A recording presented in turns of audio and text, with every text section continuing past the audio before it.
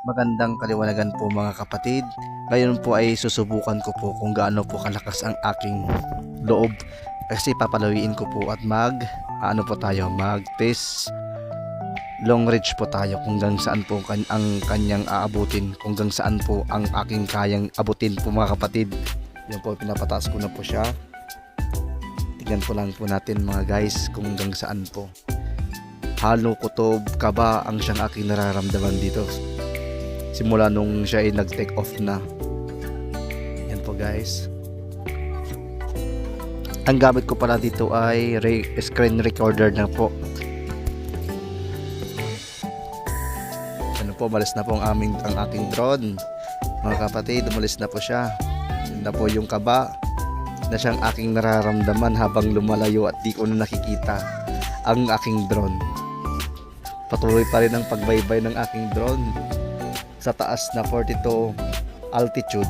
Yun po, naka 100 distance na po na siya. Running to 200 na po yung kanyang inaabot mga kapatid. Patuloy pa rin ang kanyang paglipad.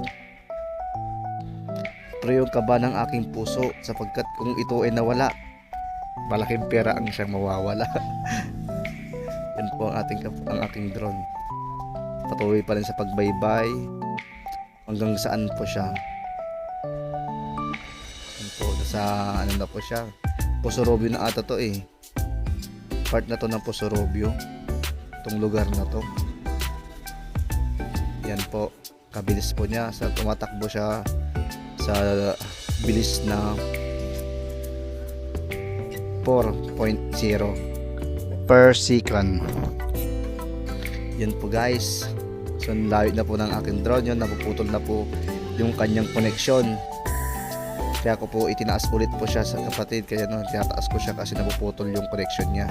Kaya pinalo ko siya sa 48 altitude hanggang sa 49, hanggang pinapataas ko. Habang lumalayo na lumalayo po yung aking drone, ay akin din pinapataas ng pinapataas para yung signal po ng RC ay hindi maputol. Yan po. Nasa 15 altitude na po siya. Altitude na po siya mga kapatid. At 400 distance na po ang kanyang layo sa akin. Yan po. Siya ay papunta na po sa Sisim, Posorobio. Sisim, Posorobio na po ang kanyang pupuntahan.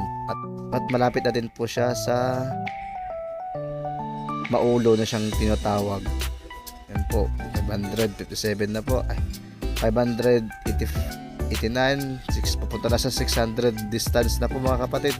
Kabado na po ako dyan sapagkat hindi ko na po nakikita ang aking drone. Sa monitor na lamang po ako tumitingin. Yan. Hanggang dito na lang po siya kapatid eh. Mga nasa 699 ata yun. Tingnan natin. Yan, 669 po mga kapatid. Di ko na inabot sa 700 distance. Return to home. Kinakabahan na po ako kasi nasa 73 na po kasi yung battery life niya po. Kaya ko na po yung pinabalik. Sa totoosin po mga kapatid, kaya niya pa pong lumayo. Sapagkat ako po yung kinakabahan. First timer po magpalayo ng ganito kalayo. Kaya pinabalik ko na po siya. Uwi na po sa kanyang pinag-take off ng aking drone. Yan po. Habang papalapit po siya, hindi ko pa rin siya matatanaw sapagkat siya ay maliit lang po. Malayo-layo po ang kanyang napuntahan. Nasa 600 distance po mga kapatid. Kunting tulak na lang po ay nandun na po sa Sisim. Yan po. Yan siya po. Malapit na po siya makauwi sa akin.